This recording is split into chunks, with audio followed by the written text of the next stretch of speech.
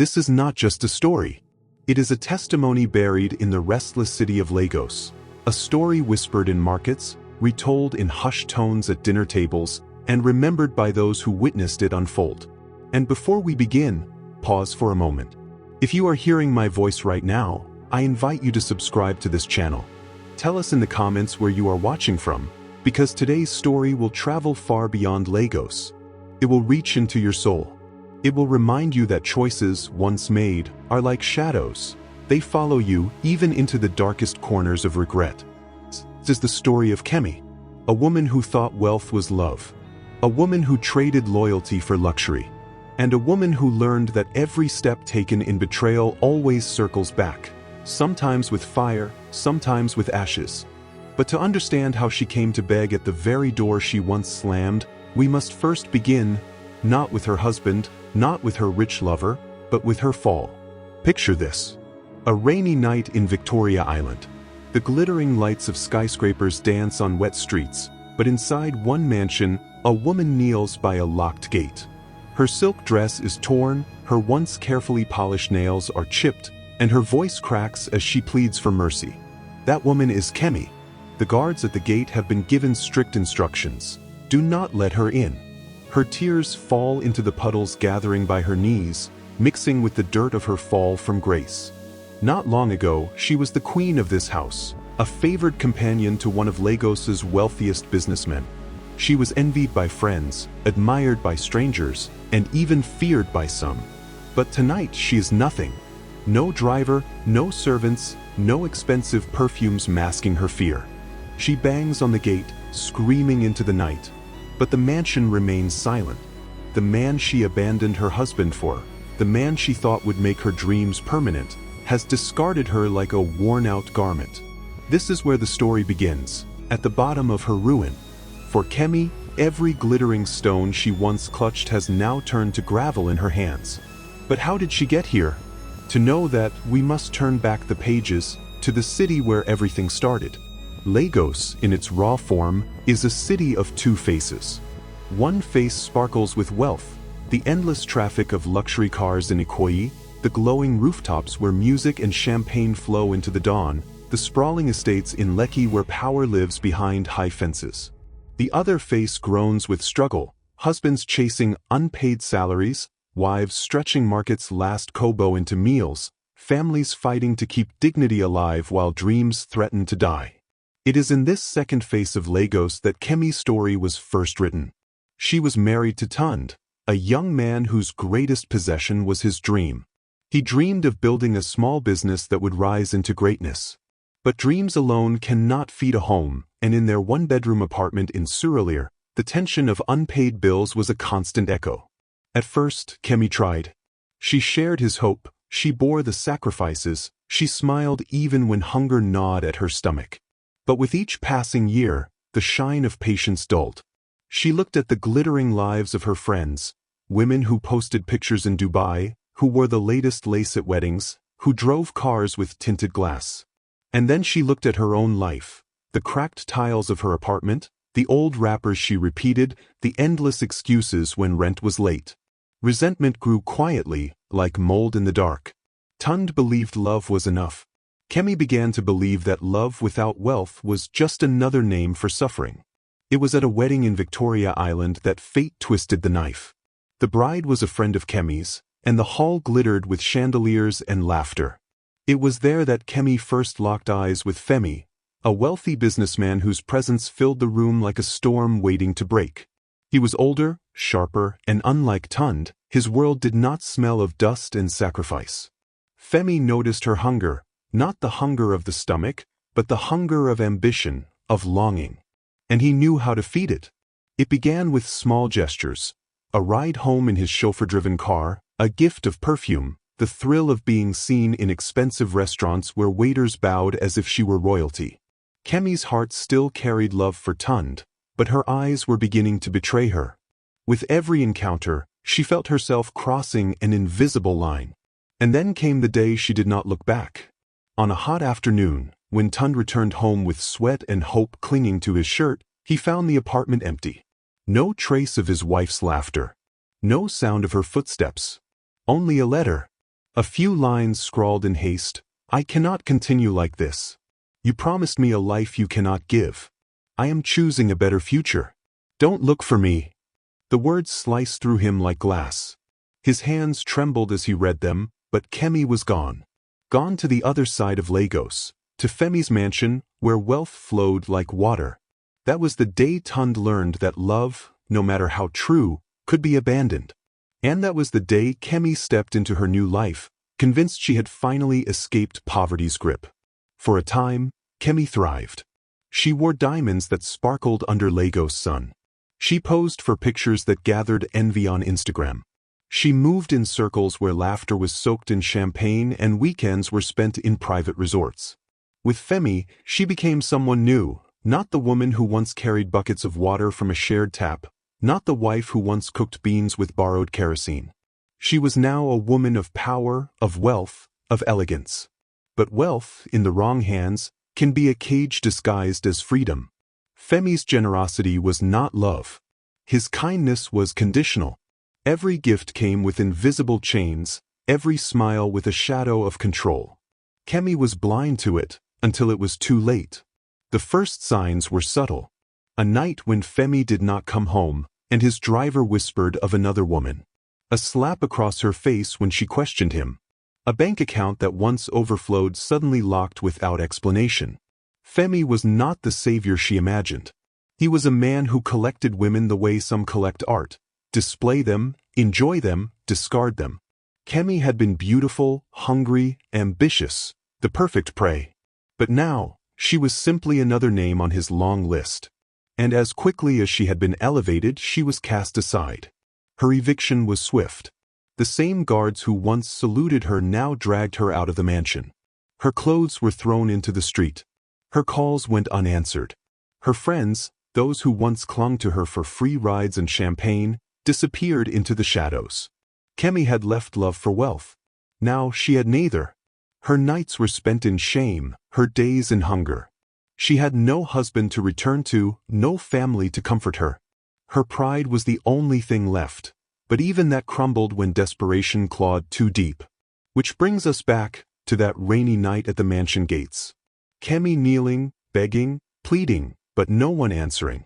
And so, with tears on her face and regret in her heart, Kemi realized the truth. In chasing gold, she had lost her crown. But this is only the beginning, because her story does not end with her begging at another man's gate. Her feet would eventually lead her back to the very door she once abandoned. Back to Tund. What she found waiting for her there was not the forgiveness she expected, but a twist so devastating that even Lagos itself whispered about it. This is a true Lagos story. Not fiction. Not a tale meant only for entertainment. It is a reflection of what choices can do, and how life always collects its debts. If you are watching right now, take a moment. Subscribe to this channel so you don't miss the continuation of stories like this, real stories that cut deep into the soul. And tell us in the comments, where are you watching from tonight? Now, let us continue. We left Kemi in the rain, begging at the gates of wealth that had rejected her. But tonight, her story takes her further down, into the very arms of the man she once abandoned. Lagos nights carry many sounds: the distant blare of horns in traffic, the hum of generators filling the darkness, the laughter spilling from clubs and bars where men waste fortunes on fleeting pleasures. But none of these sounds accompanied Kemi that night. Her steps echoed alone. Her silk dress clung to her body, soaked through with rain. The heels that once lifted her proudly above the dust of Surulere now snapped beneath her weight, forcing her to stumble barefoot across muddy streets. She had no car, no driver, no friend to call. She had only one thought burning in her mind: to return. Return to the man she betrayed. Return to the man who once loved her with nothing in his hands but everything in his heart. Return to Tund. Every step was heavier than the last. Not just from the rain, but from the weight of shame pressing into her bones. Because in Lagos, shame is a loud companion. It speaks in whispers behind your back, in side eyes from neighbors, in the silence of those who once respected you but now pity you. And as Kemi dragged herself through the city, she could already hear those whispers chasing her. It was long past midnight when Kemi reached the street she once called home. Surulere had not changed. The street still smelled of roasted corn and diesel fumes. Children's bicycles still leaned against rusting gates. The cracked pavement still gathered rainwater in the same places. But Kemi had changed. She used to walk this road with pride, holding Tun's hand, believing in their future. Now she walked it broken, the wife who once left, now crawling back like a stranger. The apartment block loomed before her. Its faded paint, its crooked staircases, its noisy neighbors, all of it mocked her. She remembered the day she fled this place, vowing never to return. That vow was broken. Her feet carried her to the familiar door. A door she had slammed shut behind her, leaving only a letter to explain her betrayal. Now she stood before it, trembling. But the man on the other side of that door was no longer the same. Kemi expected to find the same Tun she had left behind.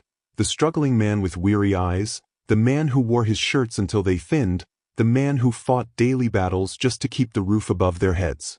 But when the door finally opened, what she found waiting shattered her expectations. Tun had changed. The man who once wore poverty like a second skin now carried himself with quiet power. His clothes were neat, his eyes calm, his presence heavy with confidence. The apartment itself had transformed too, no longer the cluttered, fading space she remembered, but organized, improved, almost renewed. In the time Kemi had been chasing wealth with another man, Tund had been quietly building. Life had wounded him, yes. But instead of breaking, he had sharpened. This was no longer the man who begged for love to be enough. This was a man who had learned that pain could forge strength. Kemi fell to her knees, weeping. Her tears stained the concrete floor, mixing with the rainwater still dripping from her clothes. She begged for forgiveness, not with words, for words had lost their power, but with the collapse of her entire being. She pressed her forehead to the ground, as though lowering herself could undo the pride that once lifted her away from him. But forgiveness is not always waiting where you left it. Tund watched her, silent. His heart still carried the scars of her betrayal, and scars do not fade easily. Kemi wanted to believe love could be reborn. She wanted to believe that the arms she once abandoned would open again. But as she knelt there, trembling, she began to realize the truth. She had returned too late. What Kemi did not know was that while she had been living in luxury, Tund had been living in transformation. The pain of her departure had nearly destroyed him. But in the ashes of that pain, he had built something stronger. He threw himself into his business, no longer distracted by the need to carry another's expectations. He worked nights, mornings, every spare moment, driven not just by ambition but by the fire of betrayal burning inside him. And slowly, piece by piece, his efforts bore fruit. Contracts came. Partners believed in him. Money began to flow. The man she had once left for being poor was no longer poor. He was on his way to becoming the very thing she had abandoned him to find. And perhaps the cruelest truth of all was this: he had found love again. When Kemi finally lifted her tear-streaked face, her eyes fell on something that shattered her completely. Inside the apartment, the home she once ruled, stood another woman. She was not dressed in wealth. She was not covered in diamonds or foreign perfume. She wore simple clothes, but her presence was undeniable. She carried the quiet dignity of someone who had stood beside Tund in his rebuilding, someone who had helped heal the wounds Kemi left behind. This woman was not just in Tund's home. She was in his life. And at that moment, Kemi realized the full weight of her loss. She had not only lost wealth. She had lost her husband. She had lost her place. She had lost her future. It is easy to believe betrayal only travels in one direction, that the betrayer will always return to an open door, that forgiveness will wait forever like a candle burning in the dark. But life does not work that way. Kemi had betrayed once. Now betrayal came back to her.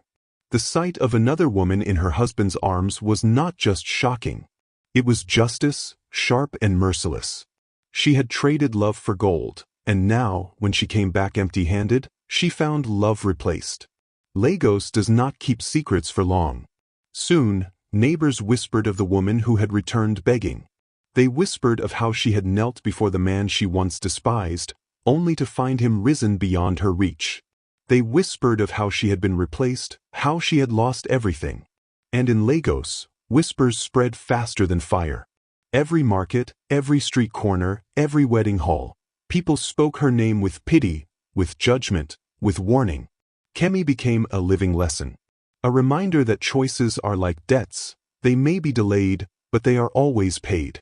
As days turned to weeks, Kemi's life became a shadow of its former self. She wandered the city with no place to call home. The friends who once toasted champagne with her closed their doors. The man who once showered her with diamonds ignored her calls. And the husband she once abandoned no longer looked back. Loneliness became her only companion. Regret her only comfort. At night, she lay awake, replaying the choices she had made. She remembered the small apartment in Surulere, not as a prison, but as a place of love.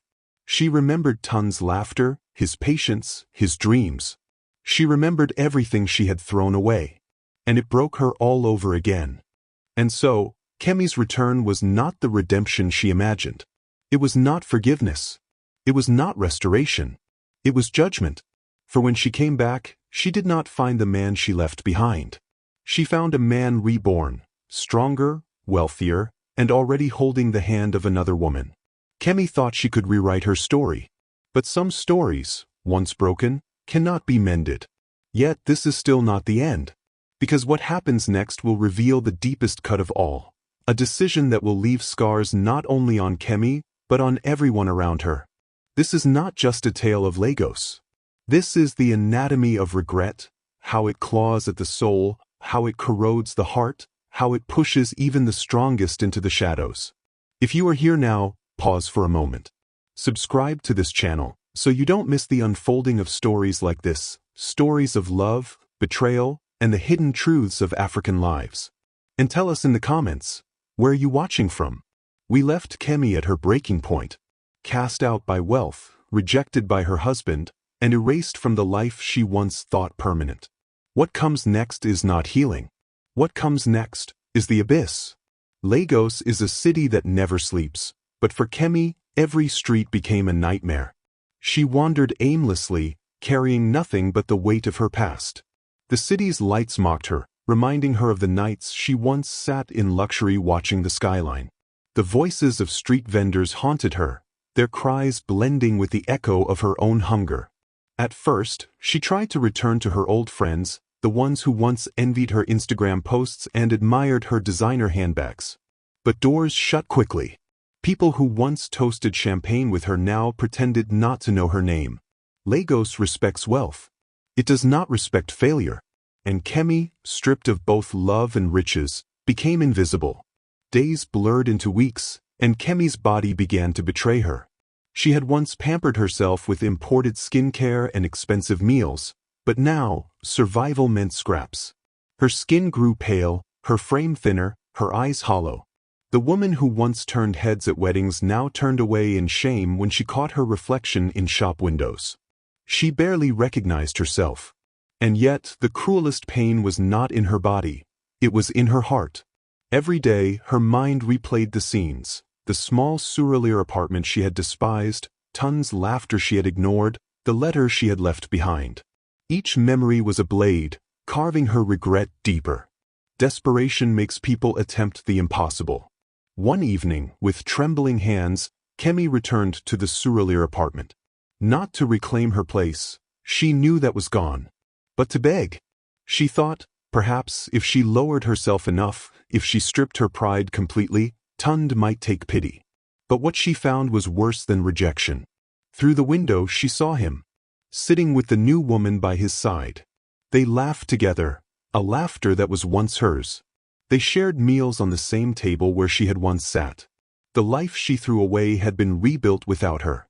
And in that moment, standing outside like a stranger, Kemi felt the truth sink in. She had been replaced not just in Tun's heart, but in his destiny. There was no way back.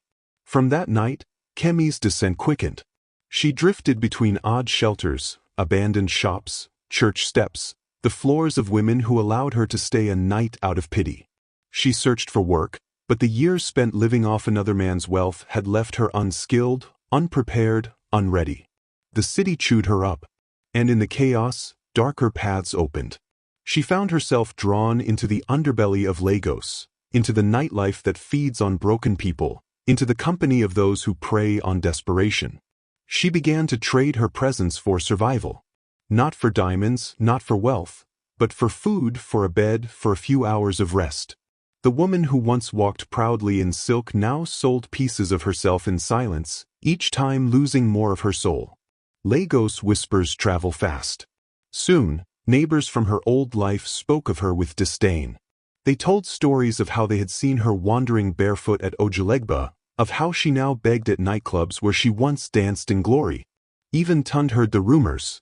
But by then, his heart had turned to stone against her. His new life, his new love, his growing success, none of it left space for Kemi's shadow.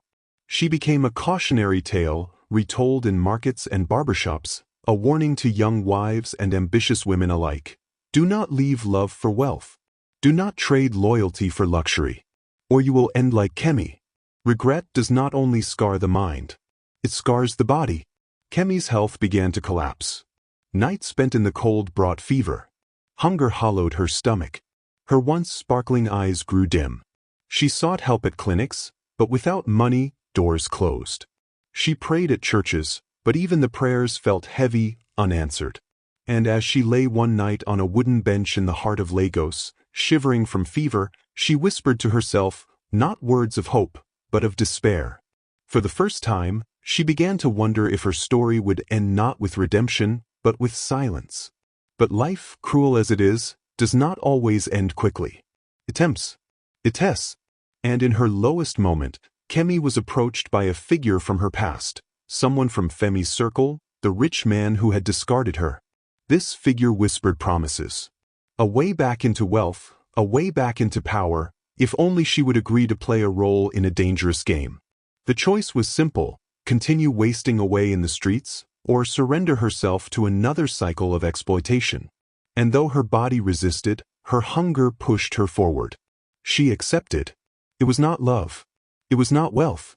It was survival, the kind of survival that stains the soul. One day, while fulfilling these new obligations, fate twisted the knife again. At a high-end hotel in Victoria Island, Kemi crossed paths with people from her past. Women who had once envied her life now looked at her with pity. Men who had once desired her now mocked her. She walked through the lobby like a ghost, her head lowered, her shame heavy. And then across the marble floor, her eyes caught sight of Tund. He was there in the hotel restaurant with business partners.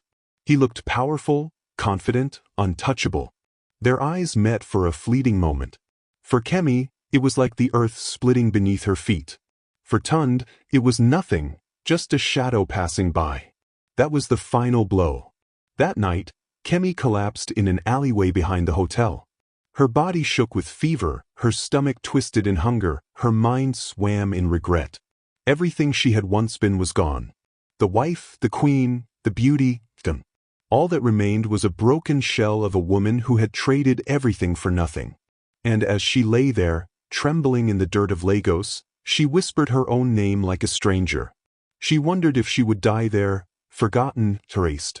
For in that moment, even she no longer recognized who she was. And so, Kemi's descent reached its darkest point. She had nothing left to lose. Wealth had abandoned her. Love had erased her. Even her own reflection no longer belonged to her. But just when she thought her story had ended in silence, life prepared one last twist. A twist that would bring all her choices crashing together in a single, devastating climax. This is not a fairy tale. It is not a story that ends with forgiveness, or a happy reunion, or a clean redemption. This is Lagos. And in Lagos, choices echo louder than prayers. If you are here now, take a moment. Subscribe to this channel so you don't miss stories like this, real stories of love, betrayal, and destiny. And tell us in the comments, where are you watching from? Because what you are about to hear is the final chapter of Kemi's life. A chapter filled with pain, judgment, and a twist that shook even the city that never sleeps. When we left Kemi, she was broken. A shadow of her former self, lying in the dirt of Lagos, consumed by regret. But fate, relentless as the city traffic, was not finished with her.